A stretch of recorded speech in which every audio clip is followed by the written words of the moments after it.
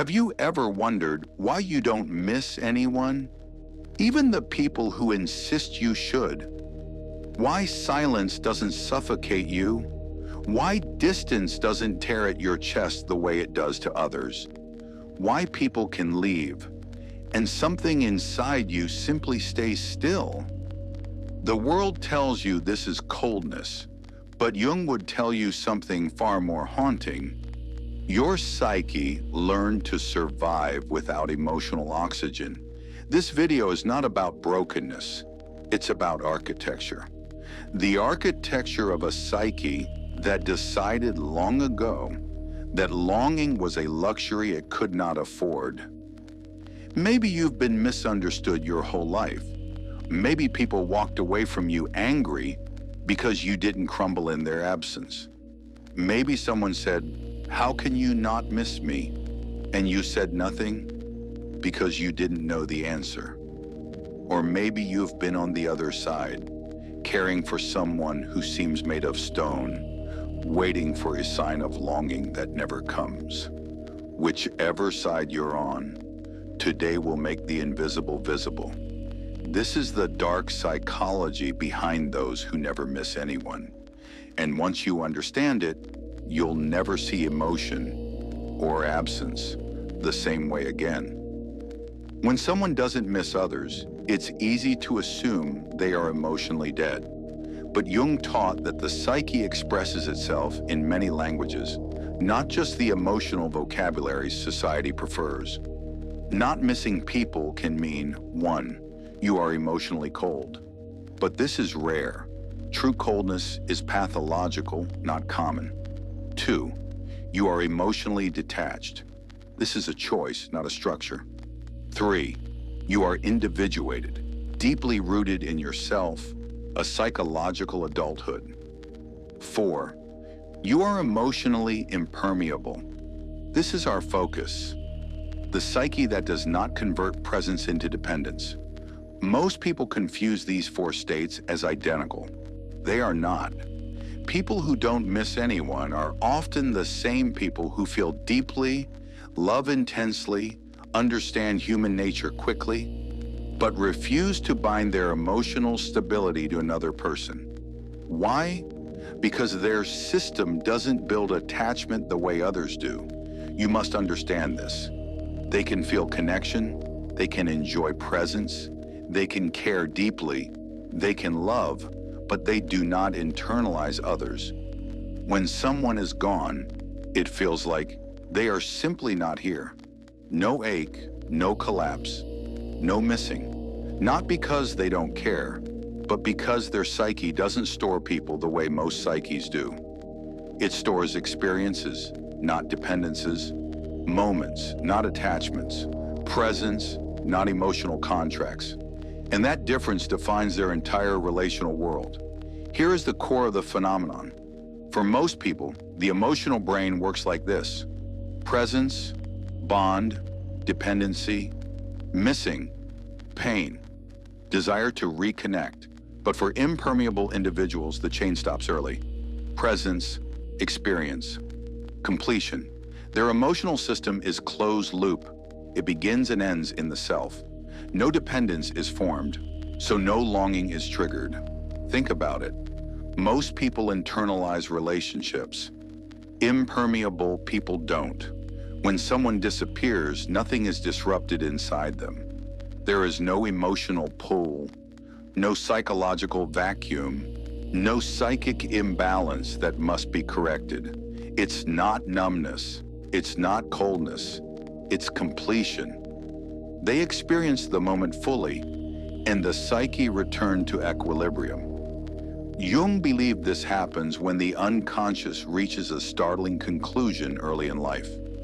Need is danger, attachment is instability, longing is a wound, and I refuse to bleed again. A psyche that learns this does something extraordinary. It shuts off the missing circuit. The system simply does not activate longing. It refuses to lean outward. It refuses to depend. This mechanism is not emotional death, it's emotional self-containment, and it carries immense power. and immense cost. Here is the piece most people never understand. Some psyches don't convert proximity into attachment. Spending time with someone does not create inner tethering. Connection does not morph into dependence. Love does not transform into longing. Jung described these individuals as possessing an internal nucleus strong enough to sustain itself. They don't attach because they don't collapse without someone. Their center of gravity is internal, not relational. You can spend hours, days, months with someone, and when they leave, you simply return to your own world. You don't fill the void they leave behind because no void was ever formed. You can love someone deeply and still not miss them when they're gone. Because for you, love is presence, not absence. You can reconnect with someone after years and feel instantly at home. Because the connection wasn't something that decayed or needed maintenance. It was momentary, not cumulative. This is why emotionally impermeable people confuse and intimidate others. People expect longing. People expect emotional hunger. People expect need. But for some individuals, need is not part of their emotional vocabulary. Presence is enough, and absence is acceptable. Now we enter the darkest chamber. Jung said that childhood is where the architecture of the adult psyche is formed silently, often invisibly. Emotional impermeability almost always begins here, not from lack of love, but from unreliable love. There is a world of difference. Children become impermeable when they learn, if I rely on someone who disappears, I break. If I attach to instability, I suffer. If I expect consistency and receive chaos, I lose myself. So the unconscious says, then I will not rely, I will not attach, I will not expect. This creates a psychological adult long before the biological one arrives.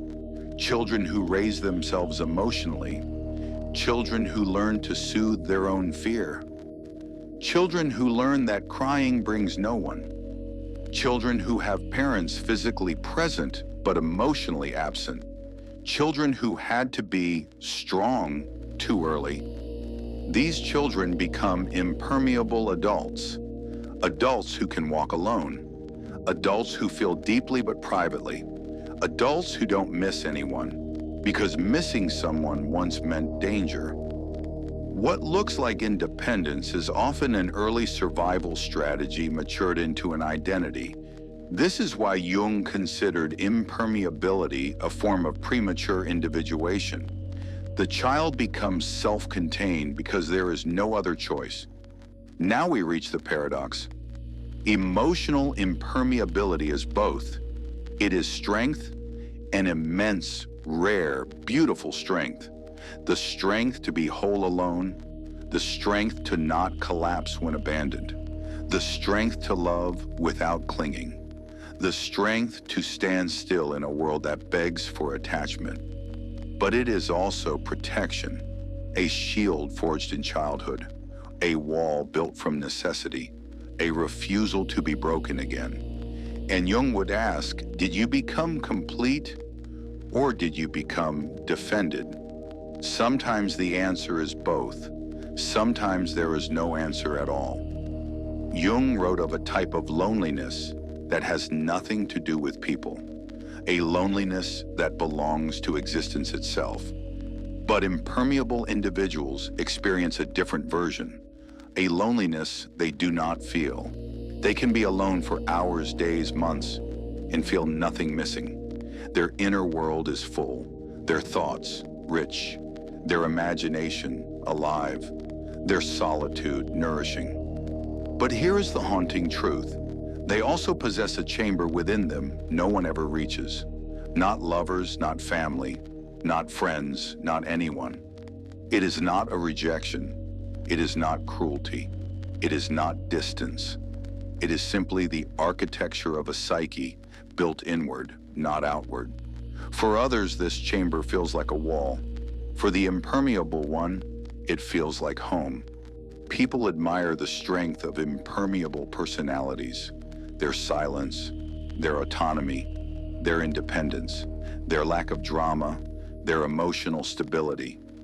But Jung would warn, every psychic adaptation demands a price. The benefits: absolute emotional sovereignty, freedom from codependence, inner peace, ability to walk away, unshakable identity, undisturbed solitude, no obsession, no clinging, no emotional manipulation, no fear of abandonment. The costs: difficulty forming deep intimacy, difficulty trusting emotional closeness, partners feeling unseen or unvalued, perception of being cold or distant, emotional experiences feeling muted, inability to feel longing, discomfort with vulnerability, a sense of existing slightly outside of life, a subtle emptiness no one can touch, a sense that relationships feel optional, a hollow stillness where yearning should be. Impermeability protects, but it also isolates. It makes you strong, but it makes you unreachable. And Jung would say, a wall that protects also prevents.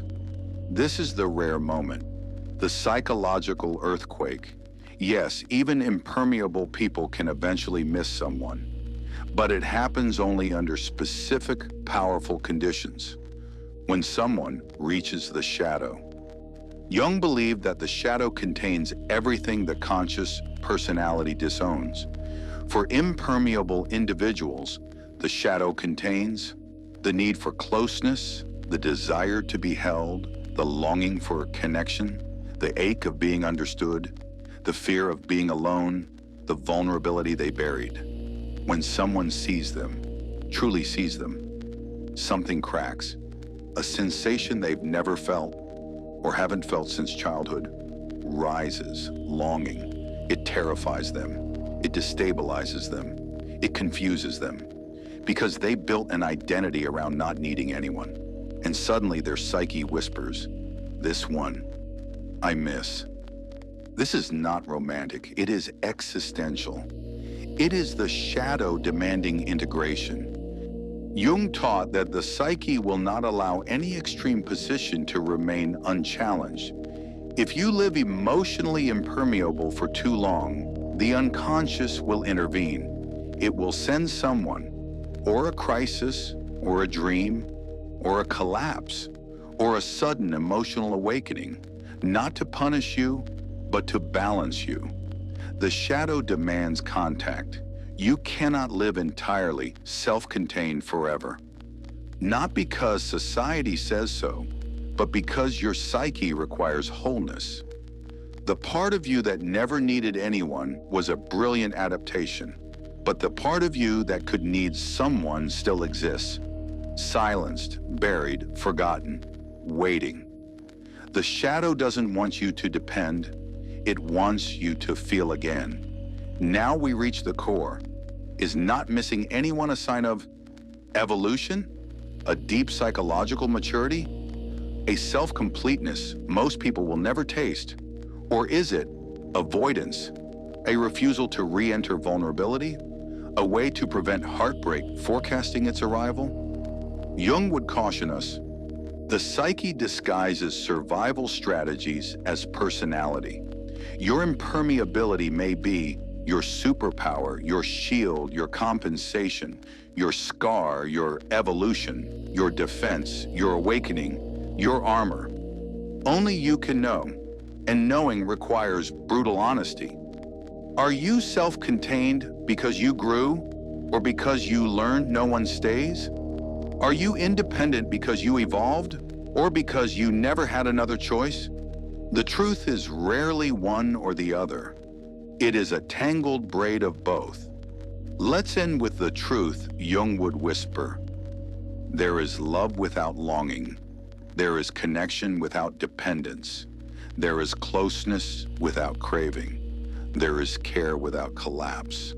Not missing someone does not mean you do not love them. It means you do not lose yourself when they are gone. Some people love through presence, not absence, through attention, not attachment, through what they give, not what they need, through who they are, not who they chase. And maybe you are one of these people. Maybe your love is not made of hunger, but consciousness. If you don't miss anyone, your heart might be quieter, but it is not empty. If someone doesn't miss you, it may not be rejection. It may be their wound, not your worth. The world worships longing as proof of love, but Jung understood something deeper. Love is not measured in absence. Love is measured in presence. And some souls, impermeable, mysterious, self-contained, already know how to love without the ache of missing. Not because they are cold, but because they are whole, and wholeness has its own language.